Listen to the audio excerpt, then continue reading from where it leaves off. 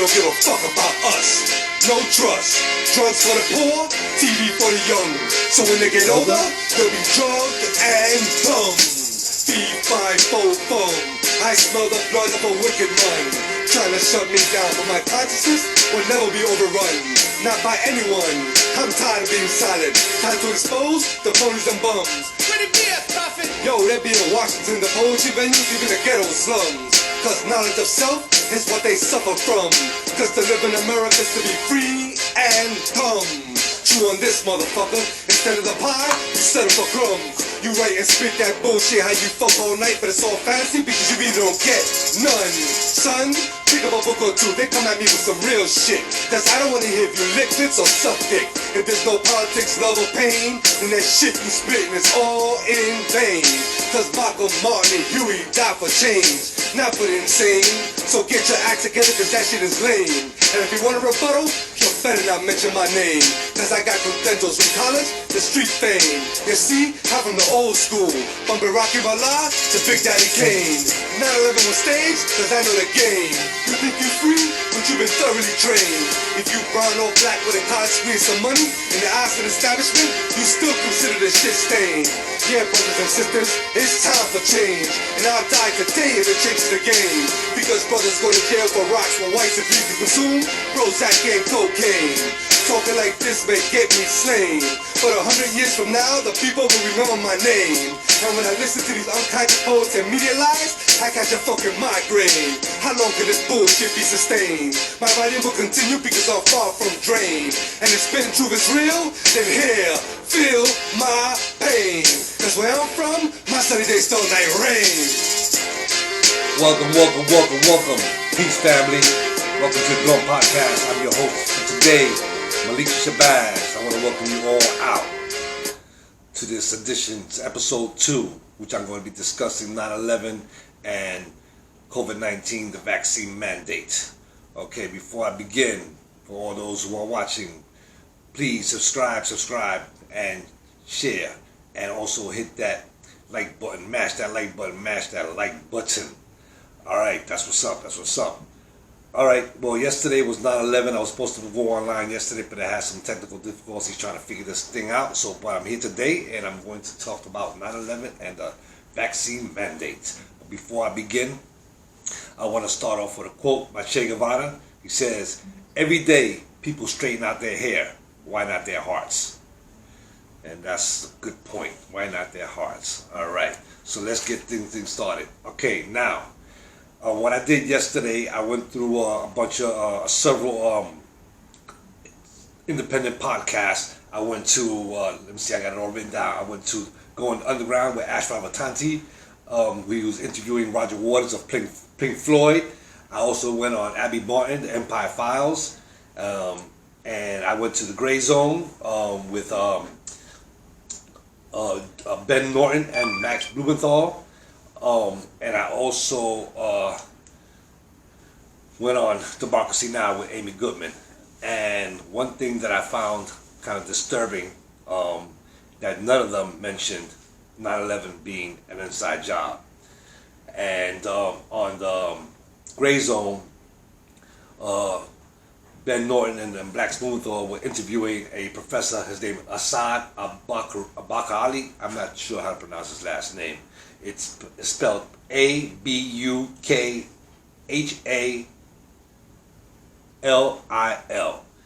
And in that interview, he made mention that 9/11 was the result of Al Qaeda. Now, the question that I have before I go any further is, like, with the plethora and mountain of evidence that we have today about 9/11, I don't understand how any of these so-called independent podcasts, news outlets have not made any mention of that. Like, what's the deal with that, you know? I mean, we got Barry Zwigger. He got a documentary called The Great Deception. We got the infamous The Loose Change, An American Coup. And you can find these all online. Then we have David Ray Griffin, author of 9/11 Commission Report, Omissions and Distortion, and the author of The New Pearl Harbor. And we have 9/11 Truth. We have Citizens for 9/11 Truth. Then we have individuals like Jesse Ventura, Rosie O'Donnell, and Charlie Sheen, who basically question the whole story, official storyline of 9/11. And then we have a documentary called Confronting the Evidence. I recommend that one. That's pretty good. It's almost a little over 2 hours, but it's really good. Then we have Michael Rupert. He's one of the leading, and actually the first 9/11 skeptic. And he got a book called Crossing the Rubicon. I mean, Michael Rupert is no longer with us. He passed away. So that's that. And then we have James Banford, who talked about, which I'm going to talk about, and I'm going to give you this description of Operation Northwoods and how that is related and connected to the whole idea of 9/11. Then we have the Jersey Girls. That's a documentary. It's called The Jersey Girls. The 4 women, their last names is Kleinberg, Brightweiser, Kazanza, and Van Auken. And these 4 women, they lost their husbands in 9/11. And when they wanted to get some answers and started doing some research, they found out that the story that was being told, the official storyline, didn't make sense. And so they became a little bit skeptical about what really happened. Then we have Dr. Stephen Jones, PhD. He basically talks, and you can see him in these documentaries, and you can actually just Google his name. And basically, he's a physics professor, so he did the studies about all these chips that have to do with explosives that were found in the dust, and he did research on this and why were these explosive chips and particles in the dust after the buildings collapsed. Like, they shouldn't have even been there if the buildings indeed just collapsed due to fire. And then we also have David Von Kleist. He got a documentary called 9/11 in Plain Sight. Then we also have Paul Thompson, The Terror Timeline. We have Robert Bowman. He's a former fighter pilot in Vietnam. And then, in Going Underground with Ashra Ratanti, he was interviewing Roger Waters of Pink Floyd, and there was no mention of 9/11 being an inside job. Abby Martin, who does really great work, I'm surprised that she didn't make any mention about that, but her too, she didn't make any mention about that. And again, the Gray Zone with Ben Norton and Max Blumenthal, and also Amy Goodman of 9/11. So my question is this: why is it that none of these people that I just mentioned, I mean, I got all this information, and there's plenty more. I just gave you a few. There's plenty more information about 9/11. All the things that just don't make sense. So I don't understand how they could possibly not just automatically just omit this, not make any mention of it. I think this is very important. I mean, they're blaming Al Qaeda and all that stuff, but in reality, it's it wasn't really Al Qaeda. 9/11 was an inside job. And it actually took, I believe took those 4 women from Jersey, who actually basically pushed it so hard that they actually forced an investigation. They had to force the government to do an investigation. How does that work?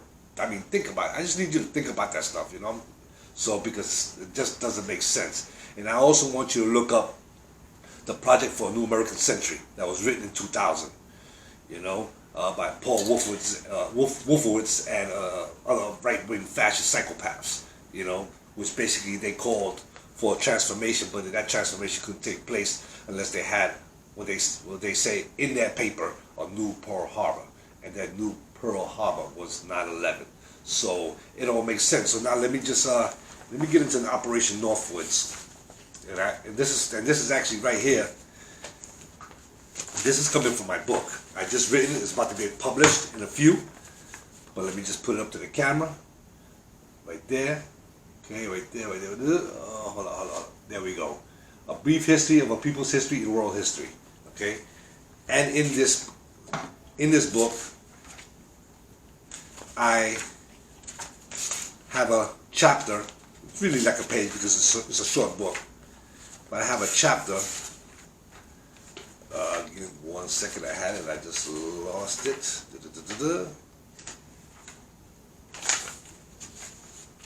Oh Lord. All right. Give me 1 minute. 1 second. 1 second. Okay, I apologize. Special story. Oh my Lord, have mercy. So anyway, so as I'm looking through this my book, trying to find that one page. Again, I'm just asking, why is it with all this information that nobody seems to make a mention of this, you know? And everybody keeps going with the official story, you know, that this was Al Qaeda. Again, I want to apologize for this little setback. Okay, here we go. Operation Northwoods. What is Operation Northwoods? Okay.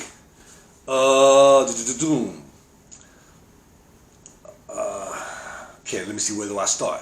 Operation Northwoods was written by a man named, what's his name again? James Bamford. And in his book, entitled Body of Secrets, he highlights a set of proposals on the Cuba joint on the on the Cuba by the Joint Chiefs of Staff's codenamed Operation Northwoods. This document, entitled Justification for U.S. Military Intervention in Cuba, was provided by the Joint Chiefs of Staffs to Secretary of Defense Robert McNamara on March 13, 1962, as the key component of Operation Northwoods, written in response to a request from the Chief of the Cuba Project, Colonel Edward Lansdale. The top secret memorandum describes U.S. planes to covertly engineer various pretexts that would justify a U.S. invasion of Cuba.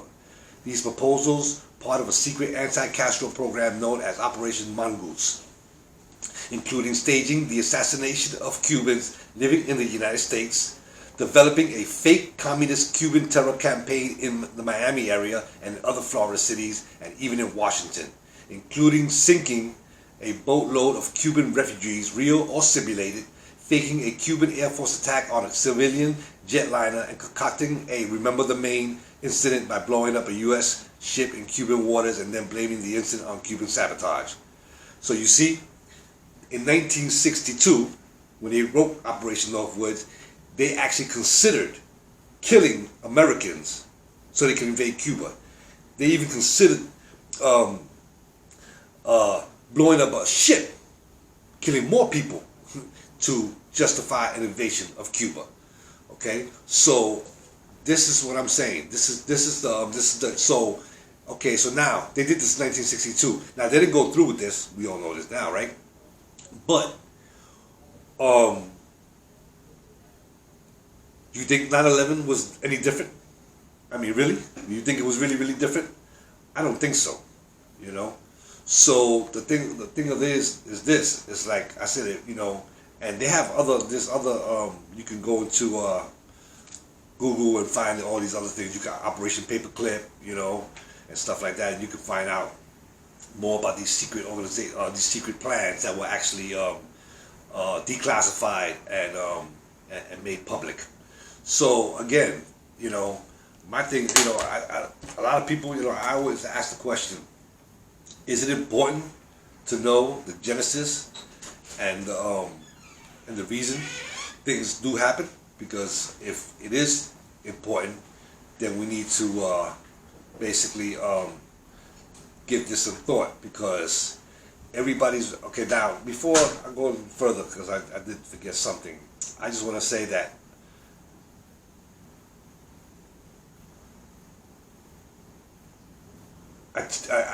I lowered my head in a moment of silence to all those victims who lost their lives on 9/11. Not just on that day, but the days that followed, and also all those victims in Iraq and Afghanistan. Because thus far it has been in the millions of people that have been killed because of this.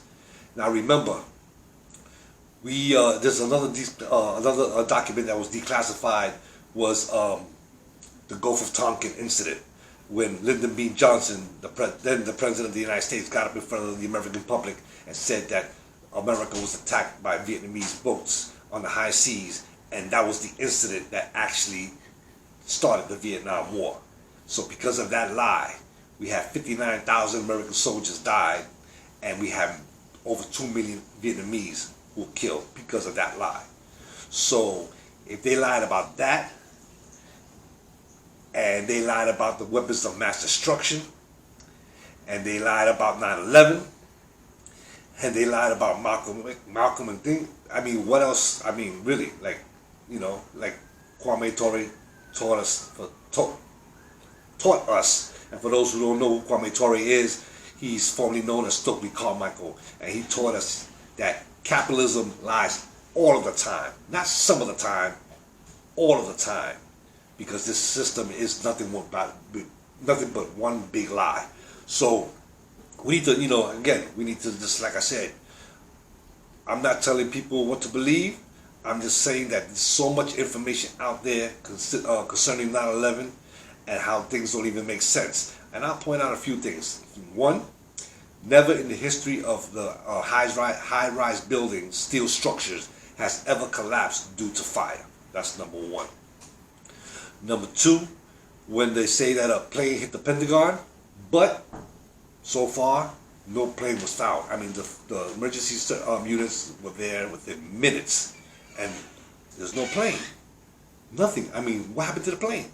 And if you actually look at the hole that in the Pentagon, there's no way that a plane that big could fit in that tiny little hole. So something else hit the Pentagon.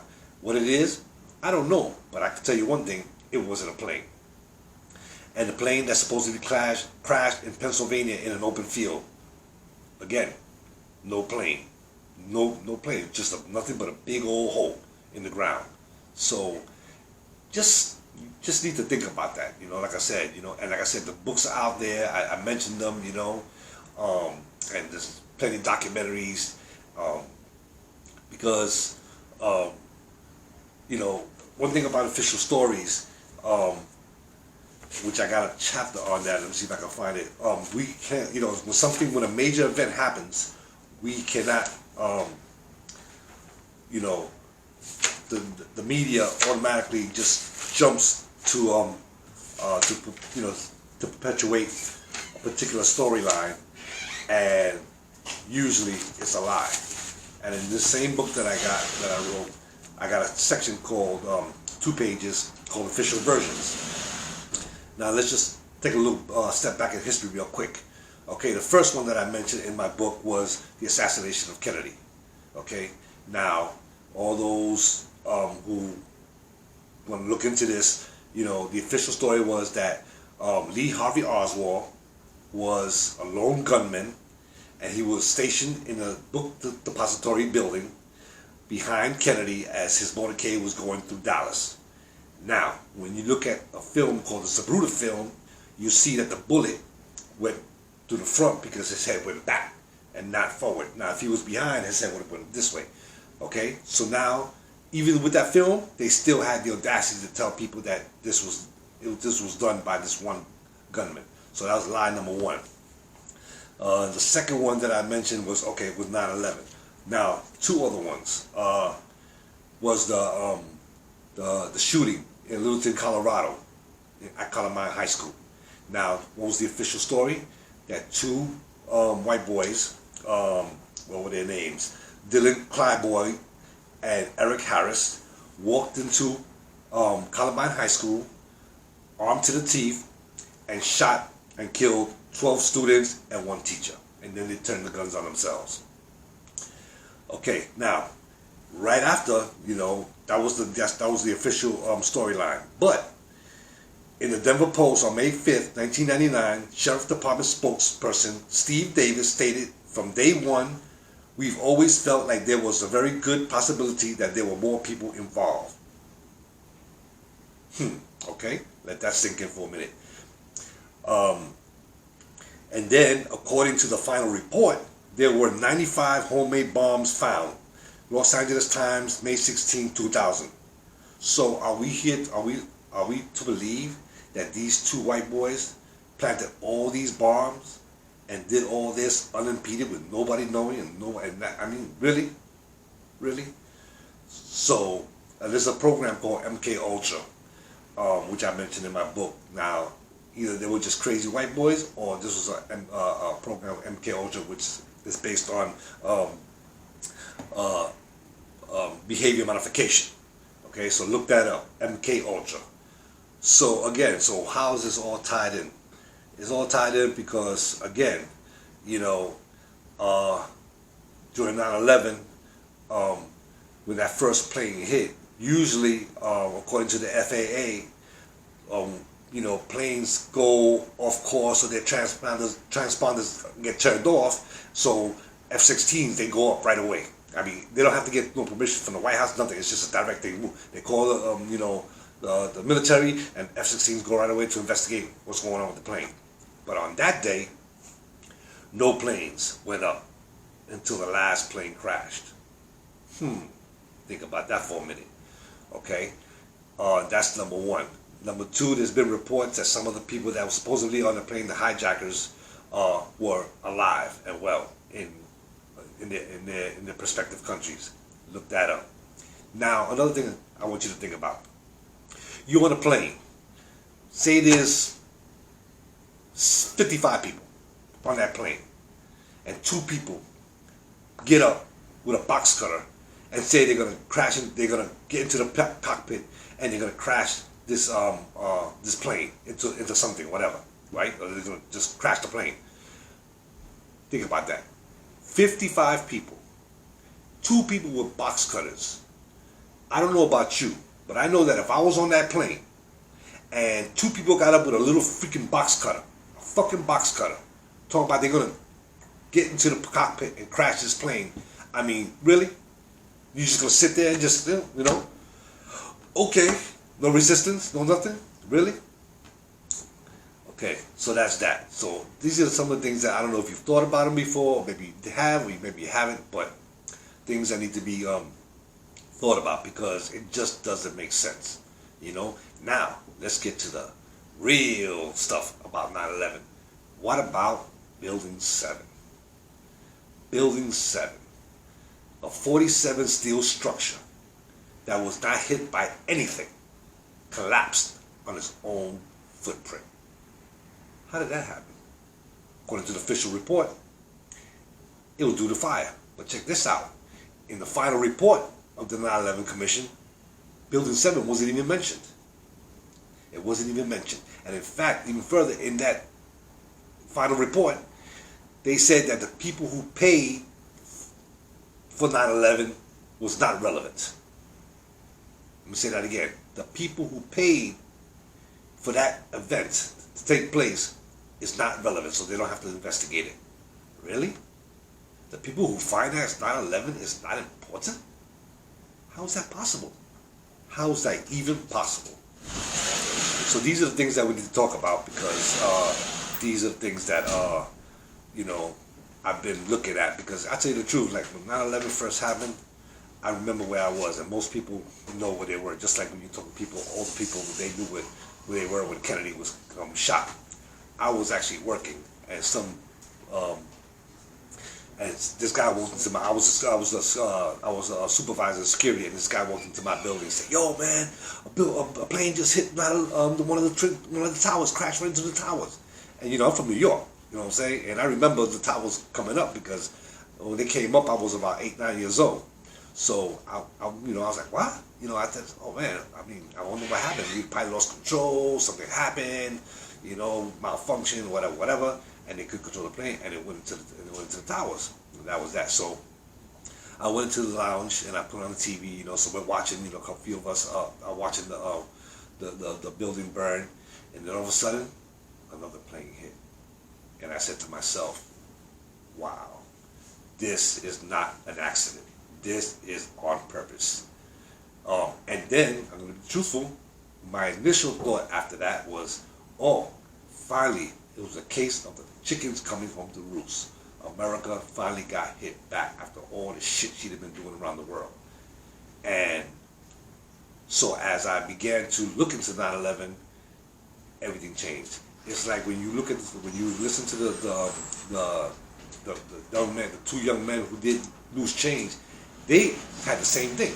Initially, they were actually thinking that they were going to do a documentary to expose Al Qaeda and how they did this. But as they went into their research, everything got turned upside down, and they realized that, wait a minute, this doesn't make sense.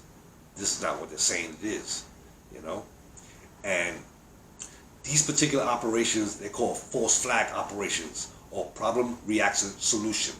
Now, what's a false flag operation?